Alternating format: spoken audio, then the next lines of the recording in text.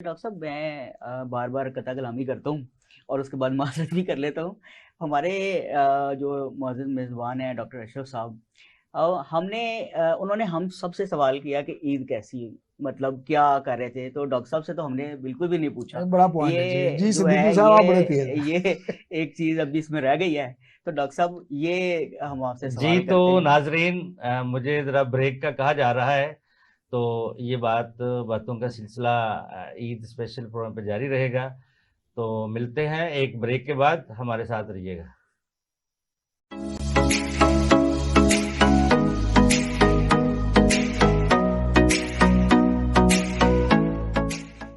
अस्सलाम वालेकुम, मेरा नाम है माहा आमिर और मैं पाकिस्तान पीपल्स पार्टी की जयाली हूँ।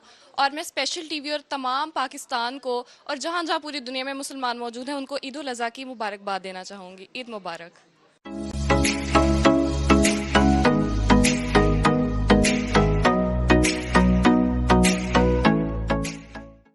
जी तो नाजरीन, वक्फे के बाद दोबारा आपकी खिदमत में हाज़िर होते हैं। ईद उल अज़हा का दिन है, खुशियों का दिन है, और मेरे साथ मुअज़्ज़ज़ मेहमान तशरीफ़ रखते हैं। तो मैं दोबारा अपने मेहमानों की तरफ जाता हूँ। तो जनाब डॉक्टर साहब, इस ईद पे जितनी ज़्यादा हज़ारों कुर्बानियाँ होती हैं, लाखों कुर्बानियाँ होती हैं, तो मेरा ख़्याल है कि अपने नाज़रीन को ये बताएं कि हमें सफाई-सुथराई, अपना घर, बाहर जो ओजड़ी अगर पड़ी रहे तो उसकी बीमारियाँ क्या हैं, उनसे कैसे बचना है, सफाई का क्या सिस्टम है, हुकूमत के साथ कैसे ताउन करना है, इस पे रोशनी डालें ज़रा। जी डॉक्टर साहब, सफाई जो है ना, निसफ ईमान है। तो हमने इसका बहुत ख्याल रखना है। ओजड़ी को डिस्पोज ऑफ करने के प्रॉपर तरीके गवर्नमेंट, शहरी जो गवर्नमेंट है, बड़े उन्होंने इकदाम किए हुए हैं और बड़ी कैंप अच्छी वगैरह बात है। लगे हुए कैंप हैं लगे कुछ? हुए हैं, बल्कि सुबह सुबह हमारे गेट पे नॉक हुआ है और बाकायदा वो दो शॉपर देखे गए हैं। पूछा कुर्बानी कितने जानवरों की, मैं कहा जी दो जानवर हैं। तो उन्होंने दो बड़े बड़े शॉपर दिए हैं। तो शहरियों से गुजारिश है कि जब गवर्नमेंट आपको इतना फैसिलिटेट करती है तो उस चीज़ को गली में फेंकने का क्या तोका है या कूड़ादान में फेंकने का क्या तोका है। उसको, उनकी गाड़ियां फिर रही हैं और वो ऐलानात कर रहे हैं, शॉपर घरों या में बांट रहे हैं मखसूस जगहों पे जाके या फेंकें। मखसूस जगहों पर हमारे रख दें। लोग या करते हैं कि घर के बाहर फेंक देते हैं। तो वो वो लाइशें बाद उसमें में जो है ना, कोई जानवर वो उसको फाड़ देता है, वो गलाजत उधर ही है, स्मेल पूरे इलाके वो में फैलती ताफुन है। फैल जाता खुदा है न फिर। तो खास्ता वो उससे ताफुन फैलता तो उससे हैजा और इस किस्म बिल्कुल। के और डायरिया और इस किस्म के अमराज और इमराज क्या होते हैं। दस्त वगैरह बहुत ज़्यादा हो सकते हैं। बड़ा एहतियात करनी है। और खुदा न खास्ता किसी को ऐसी कोई कंडीशन हो जाए तो अपने माले से रजू करें। इसके अलावा आजकल वो सीज़न चल रहा है आम वगैरह का, तो ये भी छिलके में देख रहा हूँ। और गुठलियाँ, चले गुठलियाँ तो समझ आती हैं कि कूड़ादान में चले, छिलके गलियों में फेर रहे हैं, मक्खी बैठ रही है उसके ऊपर। गंदा मौसम है, बरसात के मौसम में ये चीज़ें ज़रा परहेज़ करें। जैसे जिक्र आम का है तो मैं आपसे एक इन्फॉर्मेशन शेयर कर लूँ। ये कल परसों एक मैं आर्टिकल पढ़ रहा था कि इंडिया का एक टाउन है मध्य प्रदेश, उसमें एक गांव है टाउन जबलपुर। नहीं, प्रोविंस है। प्रोविंस है, चलें जी। उसमें एक गांव है जबलपुर। हम्म। वहाँ पे एक सामने कोई ऐसी ब्रीड आमों की मतलब डेवलप की है, वो गुलाबी रंग का आम है जी डॉक्टर साहब, जी सुनने सर। वाली बात, गुलाबी रंग का आम है। और उसकी कीमत इंडियन रुपीस में 2.5 लाख रुपए है। वो वाहिद ब्रीड उसने कैसे 2.5 लाख पर 2.5 लाख केजी? पर केजी। तो मैं बड़ा हैरान और परेशान हूँ। उसकी तस्दीक के लिए फिर मैं उसको गूगल शुगल और इधर उधर से मतलब कि ये रिसर्च ठीक है और वो वाकई ठीक है। जबलपुर में एक ऐसा इलाका है कि 2.5 लाख पर केजी। और एक जो आम है उसका साइज 900 ग्राम 800 ग्राम के करीब है। तो मैं परेशान हुआ कि यार वाह, रब तेरी करामतें हैं। ये चीज़ हमें फ्री बाबे ये पाकिस्तान अलाई में, रब्बी कुमात गजीब। ठीक है, हमें 50 रुपए किलो, 100 रुपए किलो, बड़ी हद होगी तो 150 रुपए किलो, 200 रुपए किलो मिल जाएंगे। ठीक है, कैटेगरी वाइज वो करेगा।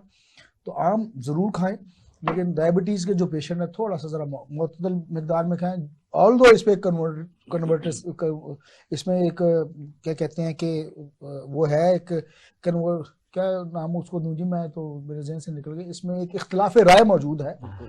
कि डायबिटिक पेशेंट को आम खाना चाहिए या ना खाना चाहिए। मैं वैसे इसमें ये कहता हूँ कि आप खाएं, बहुत कम क्वांटिटी में खाएं, बस लेकिन इतना खाएं जो हजम हो बर्दाश्त जाए, कर क्योंकि ले। एक्सेस, एतदाल और हाँ, म्याना रवि तो हर जगह ही होनी एक्सेस चाहिए ऑफ ना। हर एवरीथिंग खाने इज में बैड है। वाली वो तो पोजीशन हर है। चीज में है। और वो तो एहतियात करें। ईद के गोश्त में भी है जी, आप इतदाल और खाती हैं मैं वैसे आम?